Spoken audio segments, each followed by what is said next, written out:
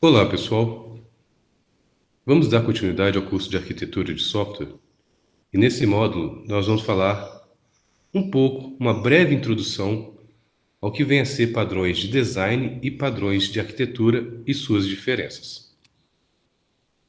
Então, vou fazer uma pequena introdução a padrões arquiteturais e padrões de design, design patterns e architecture patterns. Vocês vão ver que no inglês eu percebo que às vezes alguns autores escrevem architecture pattern, o padrão de arquitetura, e alguns outros autores escrevem architectural pattern, padrão arquitetural. Vocês vão encontrar como sinônimos. O que vocês já devem ter percebido em algumas outras discussões que saber orientação a objetos não é o suficiente. Quando vocês estudam orientação a objetos, vocês estudam os conceitos clássicos da orientação a objetos, abstração, herança, polimorfismo, encapsulamento. Vocês estão aprendendo orientação a objetos, estão aprendendo a programar em uma linguagem orientada a objetos. Mas a partir do momento que você aprende as regras do jogo da orientação a objetos, você começa a se deparar com outro problema. Como desenvolver software orientado a objetos que seja fácil de dar manutenção e que permita evoluir o software ao longo do tempo de maneira simples? Como desempenhar essas atividades sem ter que, de certa forma, cascatear problemas, bugs, defeitos por todo o seu software na medida que você faz uma alteração? Porque é muito comum, às vezes, você fazer alteração em determinada parte do código para resolver talvez um bug e incorporar um bug em outra parte do código que você talvez não tenha percebido. Então, quando nós começamos a aprender a programação orientada a objetos, a programar orientado a objetos, nós começamos a resolver nossos problemas, nossos algoritmos, mas não necessariamente resolvemos de forma interessante, no sentido de que a nossa solução, de certa forma, ela permite que a gente evolua ou dê manutenção fácil no código. O nosso código funciona, mas ele apresenta alguns problemas que tornam inviável, por exemplo, da manutenção desse código. É nesse momento que os alunos começam a perceber que apenas saber orientação a objetos não é suficiente. Eles precisam de mais ferramentas dentro da sua caixa de ferramentas para poder realmente criar software flexível que atenda às reais necessidades do cliente e tornando manutenção e evolução mais fácil. Quando os alunos começam a perceber isso, eles começam a perceber também a importância de você entender sobre princípios de design orientado a objetos. Porque quando você se baseia em princípios, você, de certa forma, começa a programar teoricamente melhor, permitindo assim que as suas soluções elas realmente venham a satisfazer as suas necessidades, não só do usuário, como também necessidades de design orientado a objetos. E vocês viram vários princípios comigo. Vocês começaram com os princípios básicos, mais elementares da orientação a objetos, que são os princípios GRASP. Depois vocês começaram a ver alguns princípios que, que, quando aplicados, eles melhoram o design do nosso código. Vocês viram programar para uma interface e não para uma implementação. Vocês viram o princípio de encapsular o que varia, dentre outros.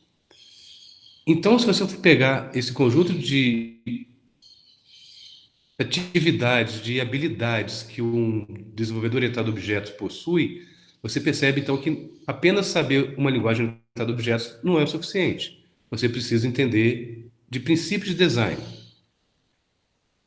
E sobre os princípios de design, você tem uma outra camada ainda que facilita o entendimento e que é imprescindível para qualquer desenvolvedor de software hoje em dia, que é entender os patterns.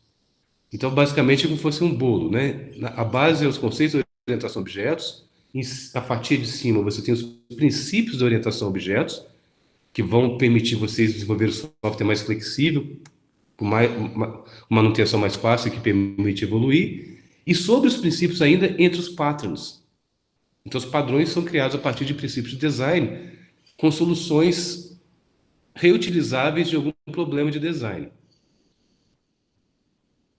Dessa forma, talvez fique claro para vocês que, para ser um arquiteto de software, que teoricamente é um papel um pouco mais elevado dentro de uma hierarquia de papéis dentro de uma empresa de desenvolvimento de software, algo que muitos almejam ser, conquistar, se esse é o seu intuito, não tem como. Tem que entender de patterns, tem que entender de padrões.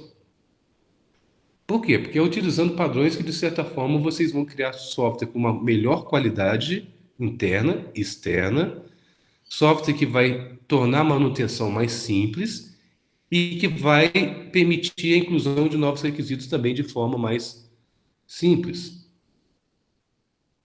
E quando você começa a estudar pattern, normalmente nós começamos com design patterns. O próprio nome já fala, padrões de design, que é usado dentro da disciplina de design orientado a objetos. Mas existe uma separação, algumas pessoas separam em o que vem ser pattern de design e pattern de arquitetura. Os chamados patterns arquiteturais e padrões de projeto, os design patterns.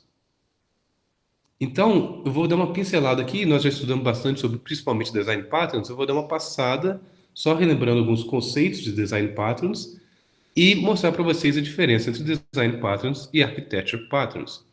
Mas vocês mesmos já devem ter percebido, né? Os architecture patterns, os padrões arquiteturais, trabalham uma estrutura macro na sua aplicação. Os design patterns trabalham talvez em nível de classe ou de objeto. Nós já vimos bastante design patterns e nós vamos discutir um pouquinho de alguns patterns famosos de arquitetura também. Então, se nós fôssemos definir os padrões arquiteturais, eles estão muito focados em requisitos não funcionais. Da mesma forma que o arquiteto de software está focado muito em requisito não funcional, qualidade do seu sistema. Já design patterns está muito associado com os requisitos funcionais. Fazer o modelo de design a partir dos seus requisitos funcionais. De maneira mais formal, se vocês olharem a definição aqui, os padrões arquiteturais definem a estrutura e comportamento dos sistemas e subsistemas para o suporte aos requisitos não funcionais. Já os design patterns definem a estrutura e comportamento para a construção de componentes reutilizáveis de software para suportar os requisitos funcionais.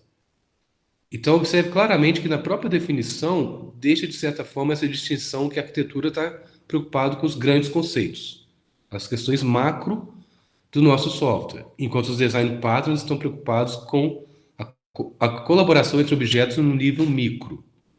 Talvez seja uma forma de vocês enxergarem. Uma coisa importante de vocês saberem é lembrar sempre, eu estou insistindo nessa tecla, de que o conhecimento de arquitetura de software, de design patterns e architecture patterns, padrões de arquitetura, eles são agnósticos à tecnologia. Ou, em outras palavras, esses conceitos são independentes de tecnologia. Esses conceitos que vocês estão aprendendo de patterns, vocês aplicam em qualquer linguagem orientada a objetos. Então, se você é do mundo PHP, do Python, C Sharp, Java, Ruby, JavaScript, Node.js, independente da linguagem de programação que vocês estiverem utilizando, vocês podem aplicar design patterns e architecture patterns para tornar suas soluções melhores e mais elegantes. Em Java, por exemplo, né, vocês vão perceber que dentro de uma arquitetura distribuída em N camadas, as próprias camadas meio que determinam quais patterns nós usamos. Nós vimos que nós temos, para aplicações web, normalmente uma camada chamada layer, chamada camada de apresentação, que, como o nome já fala, tem como objetivo, de certa forma, disponibilizar para o seu usuário uma visão da lógica de negócio da sua aplicação. É uma camada de apresentação. E nessa camada, tipicamente, a gente usa o padrão arquitetural chamado MVC. Eu vou mostrar para vocês daqui a pouco. E assim sucessivamente. Se você tem uma camada de integração com o banco de dados, normalmente você usa ou pattern DAO ou pattern repository dentro dessa camada. O repository é um pattern mais novo do que o DAO. Mas vocês viram comigo em Design Patterns, quando a gente trabalhou com fábricas, vocês viram DAOs JDBC, DAOs JPA. Vocês estudaram um pouco alguns patterns comigo também. Então eu vou começar a discussão apenas relembrando as coisas básicas de design patterns e as coisas básicas de padrões arquiteturais, especificamente porque nós já estudamos muito dessas questões em outras aulas. Então vamos começar pelo GOF. Então, lembrando, GOF é Gang of Four, a gangue dos quatro, né? São quatro autores que no início da década de 90 publicaram um livro. Esse foi um daqueles livros que realmente revolucionaram o mundo de desenvolvimento de software. É um livro de 25 anos, digamos assim, indo para quase 30 anos, e estou para dizer que é um dos livros mais clássicos da área de engenharia de software. É o livro de Design Patterns do Goff, que prescreve um catálogo com vários patterns que trazem para a gente soluções para problemas de design. Então imagina só, em vez de você reutilizar agora uma classe em particular e usar e chamar os métodos daquela classe, a gente está falando de reuso de design. A gente está falando de reuso de um conjunto de componentes que se comunicam entre si para a realização de um determinado objetivo. E mais do que isso, a gente está falando do reuso desse design por um objetivo, que normalmente é ou tornar a manutenção do seu código mais fácil ou a evolução mais fácil. Por quê? Porque vocês vão perceber que a maioria dos patterns, de certa forma, eles desacoplam e minimizam o acoplamento entre os componentes. Se ele minimiza o acoplamento entre os componentes, se o acoplamento é mais fraco, quer dizer que, teoricamente, eu posso mudar uma das partes do meu design, não necessariamente eu vou afetar a outra parte. Normalmente, quando eu tenho um código bem projetado, as alterações ficam isoladas, não são propagados erros a partir dessa alteração. O que é muito comum quando você tem código tudo misturado, que a gente chama de código espaguete, né? Imagina um código que você tem lógica de interface gráfica com o usuário, lógica de acesso a banco de dados, lógica de negócio, tudo na mesma classe, né? Você tem um autoacoplamento entre os componentes, né? Quando você tem um autoacoplamento, se A depende de B, B depende de A, por exemplo, dependendo da alteração que você fizer em A ou B, você tem que alterar o outro. Não tem jeito. Então, há mais de 20 anos, esses quatro autores publicaram esse livro clássico, né? Que, na minha opinião, revolucionou o mundo da engenharia de software e que trouxe, talvez, como a grande sacada. Você veja, um livro tão difícil, denso de entender em alguns momentos, mas que teve uma sacada super simples e que realmente mudou a forma como nós trabalhamos com desenvolvimento de software, que é dar um nome para o pattern. Então, quando a gente trabalha com design pattern, nós criamos um vocabulário comum entre desenvolvedores, independente de linguagem de programação. Então, se você é um programador do mundo C Sharp, do mundo .NET, se você conversar com uma pessoa do mundo Java e falar que você implementou o Memento, se ele conhece design pattern, ele sabe o que é que você está falando. Se você falar que você está implementando um adapter de classe ou um adapter de objeto, as pessoas sabem o que nós estamos falando. Se eu falo para vocês que nós implementamos um singleton, eu tenho certeza que você já sabe o que ele está falando. E às vezes o pattern ficou tão na cabeça das pessoas implementados que as pessoas já fazem de cabeça mesmo, né? Quando você vai implementar o singleton, você sabe a solução, né? Você sabe que você tem que colocar o construtor privado, um método estático que retorna uma instância desse construtor que é instanciado dentro da própria classe. Por quê? Porque no livro do Goff, além de você ter os patterns com os nomes, você tem, teoricamente, o design. Você tem um diagrama lá que te mostra qual que é o núcleo da solução daquele design para você aplicar dentro do seu domínio particular. E é interessante que é usado alguns diagramas lá, mas, se eu não me engano, foi quando estava surgindo o ML. Nem é a notação ML que é usada no livro. E o livro é usado não é nem em Java, né? O livro é em C++. Mas é um livro clássico dentro da área de desenvolvimento de software, né? Então, os design patterns, conforme eu disse para vocês, eles oferecem soluções para problemas de design recorrentes no dia a dia, que alguém pensou, solucionou de forma elegante publicou a solução em um diagrama e deu um nome para essa solução, para que fique fácil a comunicação e sua implementação. Conforme eu disse também, quando a gente fala de design patterns, nós estamos trabalhando em nível micro. Micro no sentido que a gente está resolvendo problemas que está associado, por exemplo, com criação de objetos. Por isso vocês aprendem patterns do tipo Builder, Factory. São patterns que trabalham com uma coisa específica, criar objetos. Ah, mas qual que é o problema de dar um new? Não tem que dar new para criar objetos? Tem, você tem que dar new para criar objeto.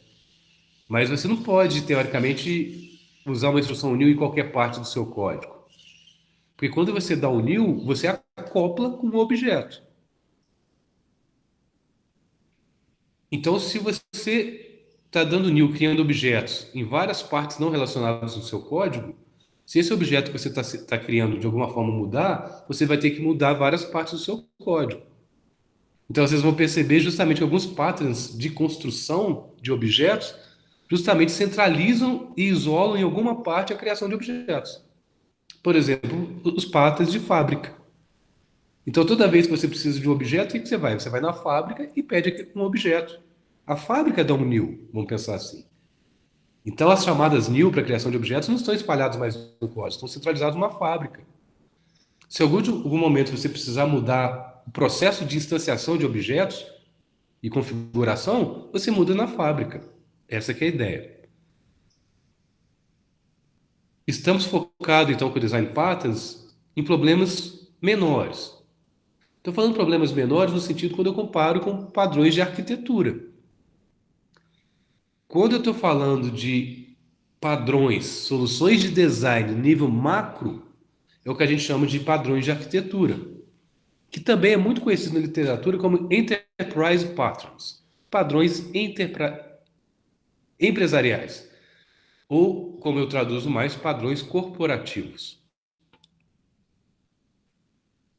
Dessa forma, essa é a capa do livro clássico de Design Patterns do Gang of Four. São os 4 autores que mudaram o mundo de desenvolvimento de software. Então, eles escreveram esse livro na década de 90 e o livro traz 23 patterns, design patterns, em 3 categorias: patterns de criação, estruturais e comportamentais. A ideia, basicamente, é para facilitar até o entendimento, né? Os padrões de criação, criacionais, né? Conforme o nome diz, né? Vão trabalhar com os problemas de criação de objetos, iniciação e seleção de classes. Os padrões comportamentais vão trabalhar muito em nível de objeto, trabalhando com a comunicação entre esses objetos, passagem de mensagem. E já os padrões estruturais, basicamente, vai trabalhar com a organização das suas classes e dos seus objetos, da forma como que eles vão interagir para atingir o seu objetivo. Então, são 23 design patterns no livro. Lembrando que esses são os 23 design patterns clássicos do livro Goff. Se você for pegar hoje, nós temos mais de 1000 design patterns. Tem muitos, mas muito pattern. Esses, teoricamente, são os patterns clássicos, que todos, teoricamente, aprendem. Você não precisa saber, talvez, todos, né? Alguns são muito específicos para um determinado tipo de problema, mas eu acredito que comigo vocês viram talvez quase metade desses patterns. Eu estou lembrando de cabeça aqui, ó. Nós vimos Abstract Factory, Factory Method, Singleton, Adapter, Facade, Template Method, Strategy. Vamos ver o State. Ou seja, já viram grande parte desses patterns aqui, vocês viram comigo em determinado momento. Mas lembre-se sempre, né? A engenharia de software tem muito essa questão. Muitas pessoas vão atrás da bala de prata que vai matar o lobisomem, né? Ou seja, é aquela solução que vai ser a solução para todos os seus males. Não existe isso na engenharia de software. Não existe um processo único de desenvolvimento que resolve todos os problemas. Não existe uma ferramenta case ou uma IDE que resolve todos os seus problemas na engenharia de software. E design patterns é uma parte assim sensacional, muito importante, mudou o mundo do desenvolvimento de software, mas também não é a bala de prata. Não vai resolver todos os seus problemas. Inclusive, quando as pessoas começam a entender de patterns, elas começam a ficar muito viciadas em design patterns, começa a querer colocar pattern em tudo. Mas isso não é uma boa prática, porque às vezes o design pattern, às vezes ele traz uma certa complexidade para o seu código. E trazer complexidade para o código sem trazer benefício não faz sentido. Você tem um código difícil só para falar que aplicou um pattern. Eu lembro das discussões há muitos anos, né? Teve uma época que eu escrevia para uma revista chamada Java Magazine e lia muitos artigos. E eu lembro que um dos artigos lá que eu adorava, que eu tinha lido, não lembro quem que era o autor, mas ele tipo fez o Hello World usando 10 design patterns. Ou seja, colocou um conjunto de 10 patterns em conjunto que no final imprime Hello World no console. Mas lógico, o objetivo era justamente mostrar que o abuso, o uso em excesso de patterns não é uma boa. Deixar apenas o seu código complexo. É o que eu estou colocando aqui, ó. Usar design patterns de forma desnecessária resulta num sistema extremamente complexo que introduz erros, bugs, um design ineficiente, baixa performance e problemas de manutenção. Resumindo, nós só devemos usar os patterns quando eles forem adequados para um determinado problema. Isso vem com experiência. Tem que estudar os patterns. Todo pattern, quando você estuda um livro, tem lá o contexto de sua aplicação. Quando você deve usar aquele pattern? Isso vem com a experiência. Agora que nós relembramos um pouco da história de design patterns, não é objetivo aqui, não é uma disciplina de design patterns, né? Embora vocês já tenham visto vários comigo, está na hora de falarmos um pouco, então, do nível um pouco mais macro, que são os padrões de arquitetura. Então, os padrões de arquitetura lidam com a estrutura macro do seu software, mas com a mesma ideia.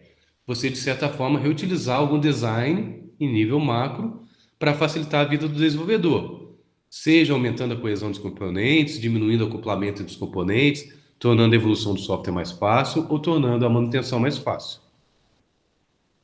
Normalmente, esses padrões arquiteturais, eles são classificados normalmente a partir da camada lógica onde eles são implantados dentro de uma estrutura distribuída orientada a objetos.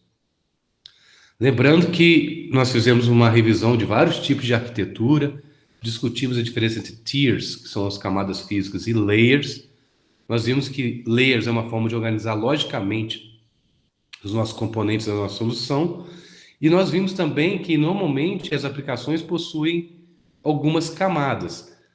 Normalmente essas camadas típicas são camada cliente, camada de apresentação, camada de serviço e camada de persistência. E uma camada que a gente chama camada ortogonal ou camada transversal, que é chamado cross-cutting concerns. Então, qual que é a ideia dessas camadas? A camada cliente, onde vai estar sendo feita a requisição, onde fica o seu usuário vai utilizar, vamos pensar assim. A camada de apresentação, se você estiver falando para a web, é a camada onde vai ficar suas páginas web, é o que vai preparar a visão para o seu cliente. A camada de serviço, onde fica a lógica de negócio da sua aplicação, separada da camada de apresentação. Então, se a gente está trabalhando com o sistema lá de pousada, a camada de serviço que vai ficar as suas classes do modelo de domínio, as suas classes, a implementação dos algoritmos de criação de reservas, coisas desse tipo. E a camada de persistência que vai fazer o elo entre a sua camada de domínio de negócio e um meio persistente, por exemplo, um banco de dados. Então, nós vamos ver que os patterns meio que são guiados arquiteturais por essas camadas. E existe também uma camada chamada cross-cutting concern, que é essa camada transversal. Aqui você tem, normalmente, patterns que, de certa forma, contribuem para todas as outras camadas. Eles não estão específicos em uma camada. Um cross-cutting concern, ele vai trazer alguma solução de design que vai atingir e englobar mais de uma camada. Por exemplo, questões de segurança. Questões de cross-cutting concerns mesmo, né? Questões, por exemplo, no caso de Java, de injeção de dependências. Atua em todas as camadas. Eu posso fazer injeção de dependência desde um manage bean a injeção de dependência de uma unidade de persistência com entity manager JPA ou até mesmo um EJB. Então, questões ortogonais, tipo segurança, fica na camada de cross-cutting concerns. E nas outras camadas eu tenho alguns patos particulares que vão auxiliar. Então, essas são as camadas típicas, conforme eu acabei de discutir com vocês. Lembrando que o mais importante são camadas lógicas. Ou, em outras palavras, eu posso ter todas essas camadas na mesma máquina. Imagina que é uma máquina do desenvolvedor. A sua máquina, imagina assim. Você está desenvolvendo o seu software. Você está desenvolvendo e você mesmo está testando a sua aplicação web. Então você está rodando o navegador web, você está rodando um servidor web local na sua máquina, ou um servidor de aplicação. Você está com um banco de dados instalado na sua máquina, por exemplo, MariaDB, e está tudo lá no seu. Está fazendo autenticação na sua aplicação web, está fazendo autorização. Se a pessoa logar com papel A, ele acessa determinadas funcionalidades. Se ela logar com papel B, acessa outras funcionalidades. Ou seja, está tudo na sua máquina. Mas nada impede que você implante isso de forma distribuída. Na hora de um momento de implantar, os navegadores web vão estar na máquina dos clientes, o servidor web vai estar em outra máquina na rede, e dependendo da sua configuração de arquitetura, conforme nós vimos, podemos até separar essa camada de serviço para uma outra máquina também. Então, em algum momento, o arquiteto de software ele pega essa distribuição lógica de camadas e distribui depois fisicamente também em hardware, de acordo com os requisitos não funcionais do seu sistema. Vamos lá. Conforme eu disse, a própria camada às vezes determina o pattern utilizado, né? O pattern arquitetural, talvez o mais famoso, assim, anos-luz à frente, é o MVC. Model, View, Controller. Modelo, visão e controlador. Se você pegar a literatura na história do MVC, o MVC vem desde a década de 70. Lógico, não era criado com esse intuito. Mas qual que é o principal objetivo, vamos pensar assim, do MVC? É separar a visão do modelo, de forma que ambos possam evoluir de forma independente. Então, o modelo é responsável, teoricamente, pela lógica de negócio da sua aplicação, e a visão é responsável por apresentar essa lógica de negócio. Teoricamente, deveria ser possível dar manutenção um ou outro de forma independente, de forma separada. Então, o MVC ele traz tantos benefícios para a web que é até difícil você argumentar que você não vai usar o framework MVC hoje para programar para a web. Por quê? Porque essa vantagem é enorme de separar código de interface gráfica de código de lógica de negócio. Ou seja, minimiza o acoplamento entre os componentes. Existem várias variações do MVC. Você não tem MVC apenas para web, você tem MVC para desktop. Aplicações desktop você implementa MVC. Por exemplo, em desktop, quando eu implemento MVC, normalmente você integra com o Design Pattern Observer para permitir que as views sejam notificadas automaticamente. Imagina que você tem um modelo lá que tem alguns dados. Imagina alguns dados, alguns valores. X10, Y50, Z200. Que sejam esses valores. Quando você usa o MVC, você pode imaginar que você tem várias views diferentes que está visualizando esses dados. Você pode ter uma view que tem um gráfico de pizza mostrando esses dados, uma view com histograma mostrando esses dados, uma view só mostrando esses dados absolutos. Imagina que eu tenho três views e esses dados, né? X igual a 50, Y igual a 100, Z igual a 200, por exemplo. Como que as minhas views são notificadas? Caso eu altere esse dado. Imagina que o Z que vale 200, eu coloquei 500. E eu tenho três views exibindo o valor antigo. Então, na medida que eu altero o modelo, eu preciso de alguma certa forma disparar atualizações das views. Para que a view não tenha que clicar no botão lá e para buscar os dados novos. Ela tem que ser notificada das alterações. Quando a gente trabalha com MVC para desktop, a gente usa o Observer justamente para isso. Então você registra as suas views com os observadores, com os listeners, como listeners, e na medida que há uma alteração dentro do modelo, automaticamente é disparada uma chamada de método numa interface que a view implementa para que automaticamente a view possa dar um refresh. Ela se atualiza. Então você consegue atualizar as views sem que elas chamem o modelo, graças ao MVC. Mas o nosso objetivo aqui não é MVC para desktop. Eu vou falar um pouco de vocês para MVC para web, que também é muito útil e não tem apenas uma forma de implementar. Existe mais de uma forma. Eu trouxe aqui então a figurinha básica. Eu criei a figura. Vocês vão ver que tem várias variações dessa figura na internet.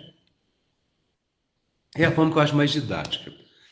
Então, um usuário, ele utiliza a view para interagir com o sistema. Mas toda requisição que sai da view cai no controlador.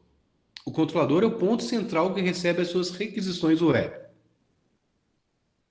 Cabe ao controlador, uma vez chamada uma requisição do cliente vindo da view, ele redirecionar, delegar essa requisição para o modelo apropriado, para fazer a lógica de negócio. Então ele chama um método em algum objeto que representa a lógica de negócio.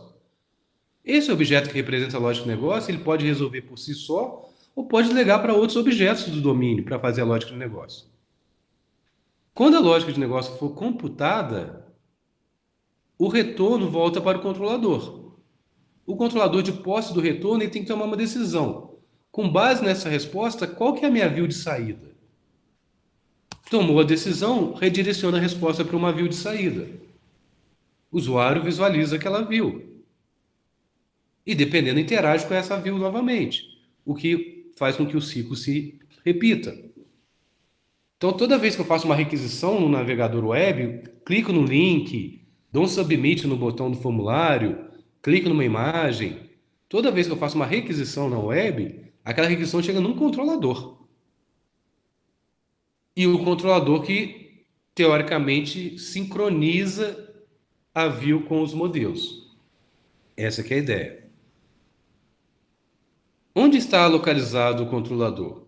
Essa é uma discussão muito filosófica, mas é simples.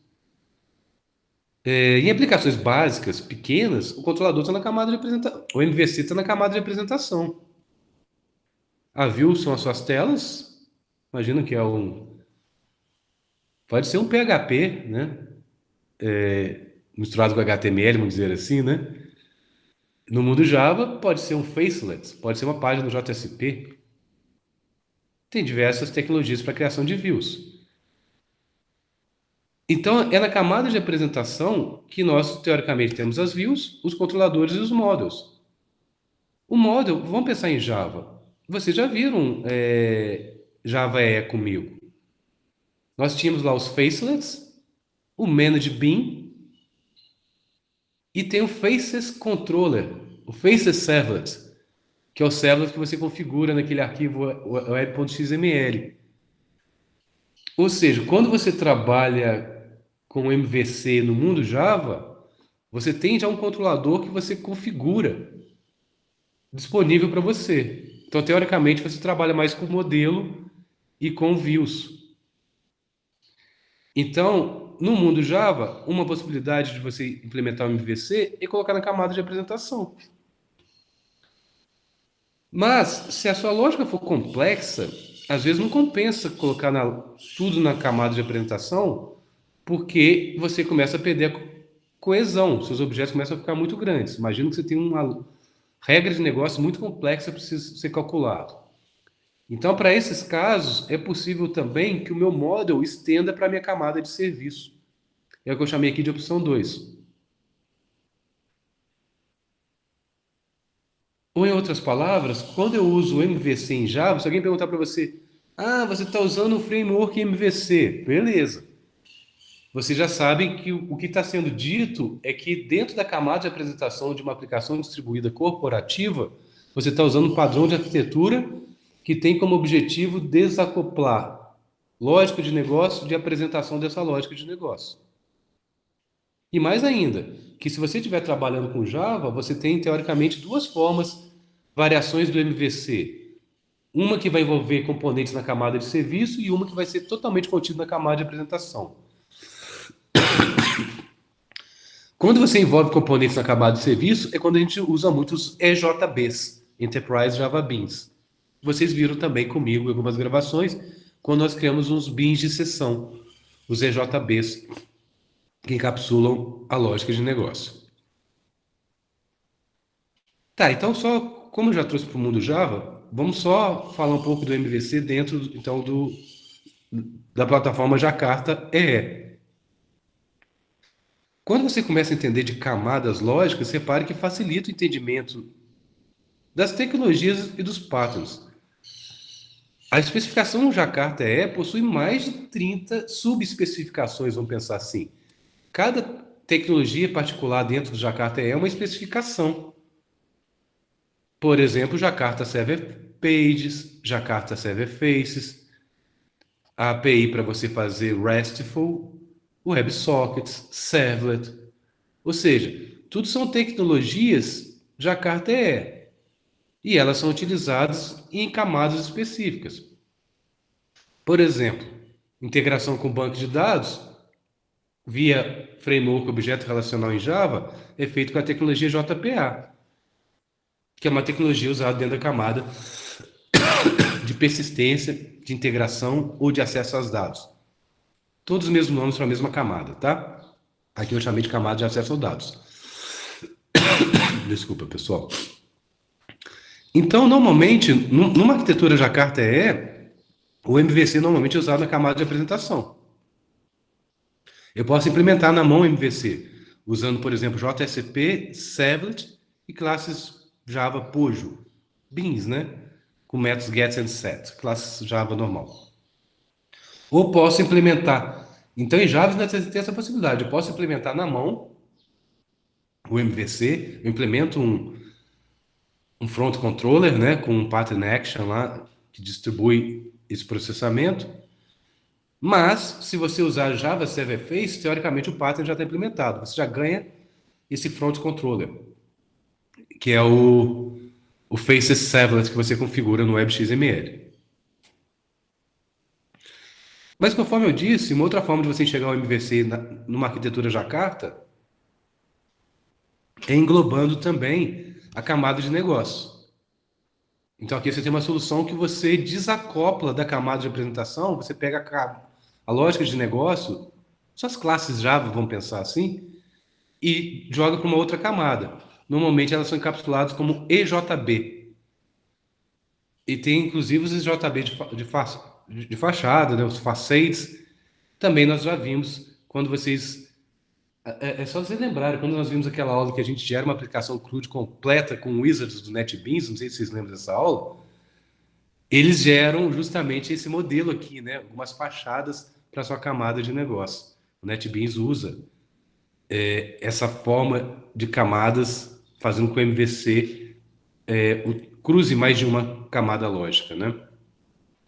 Por exemplo, você tem um pattern muito empresarial, um pattern de arquitetura muito usado, que foi discutido em alguns livros que eu vou apresentar daqui a pouco para vocês, que é o Session Facade. Esse pattern é um pattern que está aqui dentro, é um EJB que está dentro da camada de negócio. Da mesma forma que o MVC está na camada de apresentação, o Facade Pattern, o Session Facade está na Business Layer, na camada de negócio. E os padrões para integração com o banco de dados, por exemplo, estão dentro da camada de acesso aos dados. Por exemplo, o DAO, que é um padrão mais antigo para integração com o banco de dados, e o padrão Eric Evans Repositório, que é o padrão basicamente utilizado por todas as tecnologias hoje em dia que fazem persistência com o banco de dados em aplicações corporativas. Eu já comentei sobre esses livros com vocês aqui quando nós fizemos uma aula de introdução e evolução do Java EE para o Jakarta EE. Mas eu vou trazer eles aqui de novo apenas para reforçar. São livros com mais de 20 anos de idade, vamos pensar assim. Mas são livros que até hoje são úteis. O que mudou de lá para cá, que às vezes os patterns que estão apresentados nesses livros, a forma como você implementa eles foi modernizada e às vezes hoje em dia o próprio servidor de aplicação já implementa internamente muito desses patterns, deixando para o programador, para o arquiteto, apenas configurar como que ele quer utilizar o pattern. Eu posso dar um arroba singleton para falar que determinada classe é um pattern no Jakarta EE. O decorator, com uma anotação, eu posso falar que uma classe é um decorator, que é um outro pattern. Mas, apesar de ter sido facilitada a implementação desses patterns, vamos pensar assim, às vezes já vem implementado, você só configura, o conhecimento deles ainda é útil. Então, se vocês pegarem qualquer um desses livros que já faz mais de 20 anos e ler, vai ser de grande valia para vocês, na minha concepção. E observe, antigamente chamava, lembra da evolução? Antigamente o nome era J2EE. Em algum momento, antes do Java EE, em algum momento a plataforma chamava J2EE. Mas olha o nome do livro: Core J2EE Patterns. É um catálogo de vários patterns arquiteturais para trabalhar com o J2EE da época, com o Jakarta EE hoje. Esse livro aqui da direita é o livro do Martin Fowler. O Martin Fowler é um dos autores mais famosos da área de design orientado a objetos. Esse também é um livro específico para patterns arquiteturais. Aqui, por exemplo, que é introduzida essa camada lógica de serviço, você separar a camada de serviço, vem desse livro. Talvez tenha havido de outros autores, mas o Martin Fowler, dentro desse livro, ele faz um trabalho hercúleo e sensacional de uma visão de como trabalhar em nível macro com patterns em níveis arquiteturais. Eu citei rapidamente o MVC, vamos falar um pouquinho mais sobre o MVC, mas, de novo, o MVC é focado na web, porque, conforme eu disse, você pode implementar o MVC em aplicações desktop também. Então, eu já apresentei, teoricamente, esse ciclo, né? Toda requisição chega no controlador, que seleciona a lógica de negócio adequada. A partir da resposta da lógica de negócio, o controlador tem que tomar a decisão de qual que é a view de saída e renderiza para o seu cliente. Então, esse aqui é o padrão arquitetural, talvez o mais famoso, mais conhecido dentro da área de desenvolvimento de software. Ele é construído nessa filosofia de separação de interesses, tá? O objetivo é você separar a lógica de negócio, de processamento dos seus dados, da lógica que apresenta esses dados em uma interface gráfica com o usuário. Ele é constituído de três partes: modelo, visão e controlador. Então, o modelo, ele representa os dados do seu software, da sua aplicação e a lógica de negócio, os meus requisitos funcionais. E repare que aqui o modelo está representado por um objeto, uma caixinha, vamos pensar assim. Mas repare que isso aqui pode ser vários objetos que estão colaborando entre si para realizar aquela lógica de negócio. Então, o meu modelo pode delegar para outros objetos que vão colaborativamente realizar aquele requisito. Lembre-se disso. Então, quando eu falo modelo, não quer dizer que seja apenas um componente. É apenas a lógica de negócio que está encapsulada. Já o view é a representação visual dos dados contidos da lógica de negócio contida no modelo. Então, o seu modelo, vamos pensar assim, ele é um conjunto enorme de classes que representam e de objetos que representam a lógica de negócio da sua aplicação. Imagina o modelo de novo na questão do albergue, né? Você tem várias classes de negócio, vários objetos que você vai instanciar para representar reserva, quartos, limpeza dos quartos, preços de diária. Tudo isso é modelo, várias classes relacionando. Mas isso aí vai estar totalmente separado da view. A view apenas vai exibir os resultados das operações das lojas de negócio dentro desse meu modelo do albergue. Então, a interação da view com o modelo é através da representação visual que a view proporciona para o seu modelo. E o controlador faz o meio-campo, né? É ele que coordena o fluxo de um caso de uso, vamos pensar assim. Imagina que eu tenho um cenário de caso de uso. O controlador que controla aquele fluxo separando a lógica de negócio das visões. É ele que linka a view com o modelo realizando um fluxo de um determinado cenário de caso de uso. Ou, em outras palavras, cabe ao controlador controlar qual view vai ser exibida para renderizar o resultado de uma chamada do cliente para uma lógica de negócio. Esse é um dos grandes objetivos. Então, como que esses componentes, modelo, visão e controlador, trabalham de maneira juntos, né? Eu também já passei para vocês a receitinha, né? Então, o usuário ele usa view para mandar uma mensagem para o controlador. Uma operação de sistema, uma chamada de método, clicou no link, ou seja, a requisição numa aplicação web chega no controlador. O controlador extrai os dados da requisição e manipula esses dados para deixar de forma adequada e encaminha a requisição para o seu modelo, para o conjunto de classes em nível de modelo que vai atender aquela requisição. Sendo manipulada toda a requisição pelo modelo, a resposta, imagina assim, eu chamei um método no modelo, o return do método volta para o controlador. Aí o controlador tem que pensar, se o retorno for verdadeiro, eu tenho que redirecionar para a view A. Se retornou falso, eu tenho que ir para a view B, um exemplo. Aí o controlador determina, com base na resposta, qual que é a view de saída e redireciona para essa view. Redirecionando para a view de saída, ela é entregue para o seu cliente. Aí o processo rinse and repeat. O processo se repete. É exibida a view para o cliente interage com a view, a requisição chega no controlador, o controlador extrai os dados da requisição, encaminha para o modelo, o modelo computa, devolve a resposta, o controlador analisa a resposta, com base nisso determina qual é a view de saída, despacha para a view de saída. O processo continua. É assim que o MVC funciona.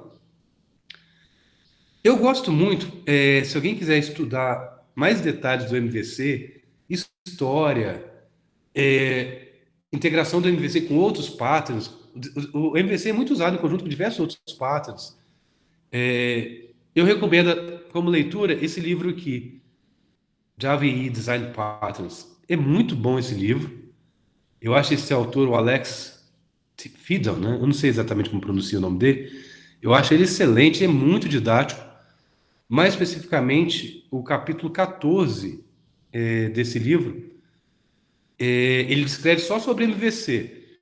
Descreve sobre a história do MVC, os tipos de MVC, MVC tipo 1, MVC tipo 2, e demonstra, inclusive, em Java, como você implementar MVC na web na mão, usando servlets e JSP, e mostra também como que é o MVC com o Java Server Face, que teoricamente vocês já viram, né? Não tem mistério, né? Você cria um facelet e cria um CDI managed bin, né? Um bin gerenciável lá que você injeta. Acabou. O controlador é o seu face servlet.